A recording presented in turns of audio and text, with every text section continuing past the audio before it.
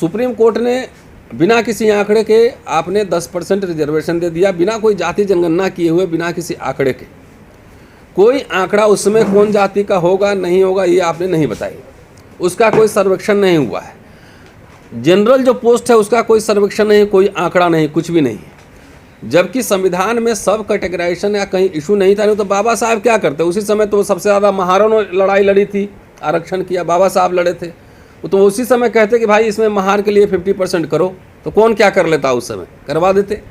लेकिन बाबा साहब was very honest और बार बार अपने भाषणों में उन्होंने कहा है कि ये जो हमने जीता है, ये लड़ाई हमने जीती है, ये सिर्फ एक जाति के लिए नहीं है, पूरे अस्पृश्य समाज भारत के उनके लिए है। ये बाबा साहब का कमिटमेंट था। लेकिन क्रीमी लेयर और सब कैटेगराइजेशन का पूरा जो उपज है वो उपज न्यायपालिका की उपज है। कोई पार्लियामेंट में बहस नहीं हुआ, पार्लियामेंट में कुछ नहीं हुआ, न्यायपालिका के दिमाग की उपज है। अच्छा, मुझे ये कहना है, उसके बाद सारी जातियों को आरक्षण है, तो ये जो दलित मुसलमान है और दलित ईसाई है, इसने कौन सा अपराध किया है कि इनको आप किसी कैटेगरी के आरक्षण में नहीं है? क्या ये दलित मुस्लिम जो हैं वो अरब से आए हुए हैं? क्या दलित ईसाई जो है वो रोम से आए हुए हैं? पोप के यहाँ से आए हैं? नहीं, यहीं के लोग, यहीं के जो शेड्यूल कास्ट के लोग, जो अनुसूचित जाति जिसको आप कहते हैं अस्पृश्य लोग हैं, हिंदू धर्म से सताए जाने के कारण उन्होंने इस्लाम या क्रिश्चियनिटी उन्होंने स्वीकार किया। तो आप ब्राह्मण को आप जनरल में भी है, ईडब्ल्यूएस में भी है, कई जगह शेड्यूल ट्राइब में भी है, कई जगह ओबीसी में भी है। एक समुदाय कितने कैटेगरी में आरक्षण ले रहा है ये देखिए। ठाकुर जनरल में भी है, ईडब्ल्यूएस में भी है, कहीं बैकवर्ड में है, कहीं ट्राइब में भी है, ये भी है। आप आइए, मुस्लिम में भी जनरल में भी है जो अपर कास्ट मुस्लिम है, ओबीसी में है, ट्राइब में भी है, क्रिश्चियन में भी, ट्राइब में भी है, ईडब्ल्यूएस में भी आएगा, जनरल में भी है, और कहीं हो सकता है, मुझे आंकड़ा नहीं, कहीं बैकवर्ड भी होगा। लेकिन जो अपने अपने धर्मों में सताए गए, जिनका 3 बार उत्पीड़न हो रहा है, एक जो मुसलमान बना उसमें भी अपर कास्ट का उत्पीड़न हो रहा है, जो अपर कास्ट हिंदू है वो भी उत्पीड़न कर रहा है, और सांप्रदायिक दंगे होते हैं तो सबसे ज़्यादा मार पड़ती है, तो इन्हीं पे सबसे ज़्यादा मार पड़ती है। उसके बारे में कोई चर्चा नहीं है, किसी कैटेगरी में नहीं, ईडब्ल्यूएस में, ओबीसी में नहीं, कुछ नहीं, अस्पृश्य जमात के लोग। तो उनको क्यों आरक्षण नहीं दिया जा रहा है, इसको मुद्दा बनाया जाए। और बालाकृष्णन कमेटी जो रिपोर्ट तैयार कर रही है उसमें जो जो जो अस्पृश्य मुसलमान और ईसाई हैं उनको भी लाया जाए। बहन जी का एक मैं चिट्ठी आपके सामने पढ़ना चाहता हूँ। जब वो मुख्यमंत्री थी तो उन्होंने एक चिट्ठी लिखा था, मनमोहन सिंह थे उस समय प्राइम मिनिस्टर। ये चिट्ठी बहुत महत्वपूर्ण है, आप सबको व्हाट्सएप पे चला जाएगा। और जो 2008 में जो सीएम रहते हैं उन्होंने चिट्ठी लिखी थी, वो चिट्ठी ये है जी भाई साहब। Dear doctor Manmohan Singh ji, I have received a representation from the National Council of Dalit Christians dated 21 August 2007. In this representation, the National Council of Dalit Christians has demanded that the Christians of scheduled caste origin should also get the benefits enshrined in the Constitution for scheduled caste. In their representation, they have pointed out that the various commissions, National SC/ST Commission headed by Dr. Ilva Perumal, Kaka Kalelkar Commission, Mandal Commission and Justice Ranganatha Mishra Commission have recommended to the central government to provide constitutional rights of scheduled caste to Christians of scheduled caste origin, which has been denied by para 3rd of Presidential Order 1950. As you are aware that this order was amended in 1956 in favor of Sikh scheduled caste and subsequently in favor of Buddhist scheduled caste in 1990. I fully endorse the demand of the council to amend the para number 3 of Presidential Order 1950 so as to give benefits to scheduled caste of Christians origin also. Here I would like to mention that I had earlier sent a recommendation on a similar kind of representation on 2nd August 2005 to end this discrimination. I strongly request you again to amend the para number 3 of Presidential Order 1950 suitably. चलिए, ये 30 अगस्त 2007 का चिट्ठी है, 7 और अच्छा कदम था कि भाई आप क्रिश्चियन को भी शामिल कीजिए, हम लोग कह रहे हैं मुस्लिम को भी कीजिए। और भारत सरकार ने अच्छा किया था कि भाई सिख को भी शामिल कर लिया था और बुद्धिस्ट को भी शामिल कर लिया था। जब 2 हो गए तो बाकी ये 2 क्यों नहीं, ये सवाल है। दूसरी बात है कि जाति जनगणना तो जो होना है होगा, लेकिन शेड्यूल कास्ट और शेड्यूल ट्राइब की जनगणना 10 साल में मैंडेटरी है। इस मोदी सरकार ने अभी तक जाति जनगणना नहीं करवाया है। कम से कम शेड्यूल कास्ट शेड्यूल ट्राइब की जनगणना हो जानी चाहिए। हमारी मांग ये है कि जब सब आरक्षण पे हो रहा है, दो कम्युनिटी, उस पर कोई चर्चा नहीं है कि इनकी जनगणना कराओ और जितनी संख्या हमारी बढ़े, चाहे शेड्यूल कास्ट की संख्या 20% हो चाहे 22% हो, संख्या के अनुपात में हमारा आरक्षण, हमारा प्रतिनिधित्व सुनिश्चित होना चाहिए।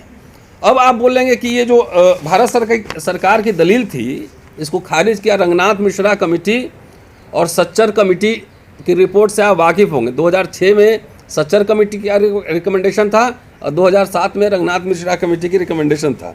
मैं मोटा मोटी बात उसकी आपको बता देता हूँ।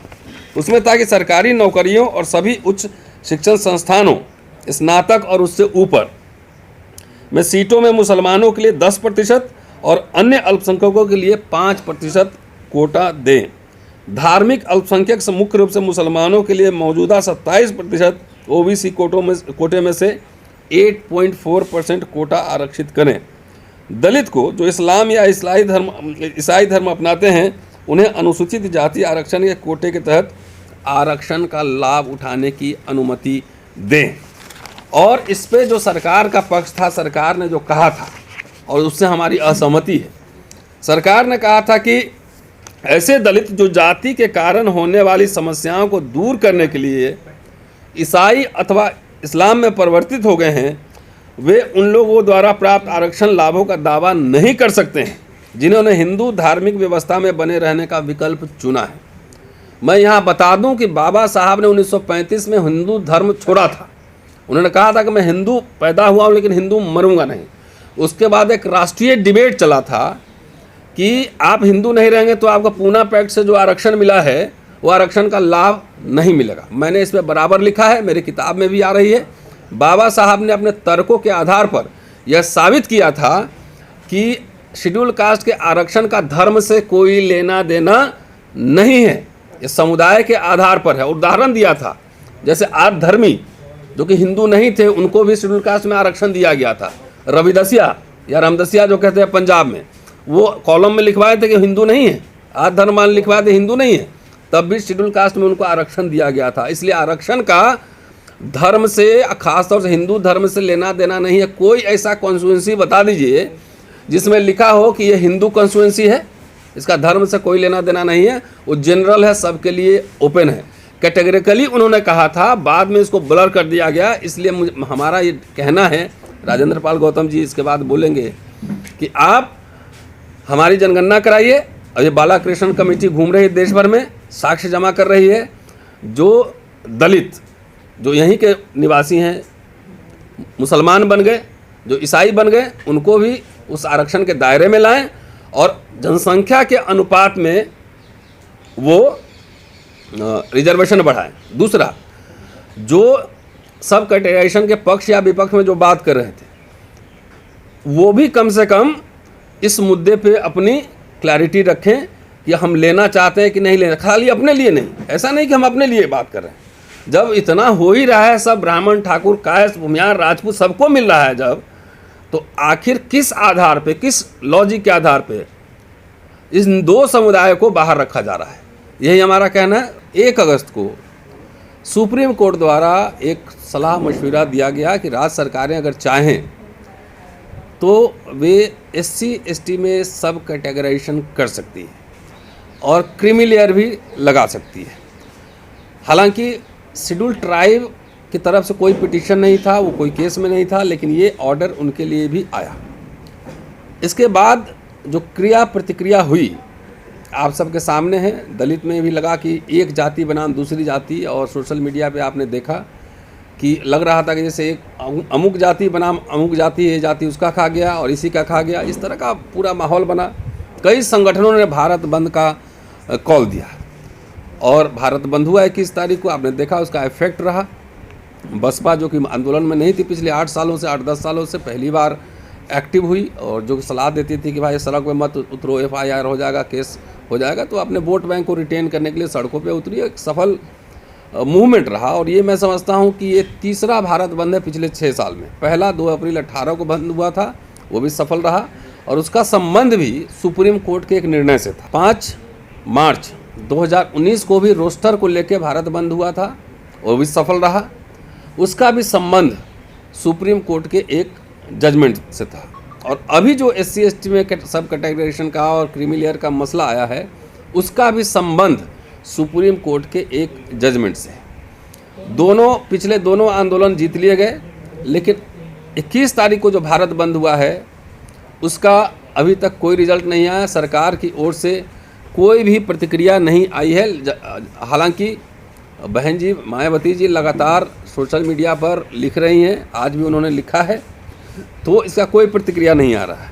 तो ये पूरा बैकग्राउंड है, और इस बैकग्राउंड के तहत हमें कुछ बातें कहनी है कि भारत में जो दलित मुसलमान हैं और जो ईसाई दलित हैं, इस दोनों को छोड़कर बाकी तमाम जातियां और धार्मिक समुदाय आरक्षण का लाभ ले रही हैं। एक जाति तो कई कैटेगरी में आरक्षण का लाभ ले रही है, वो मैं विस्तार से बताऊंगा।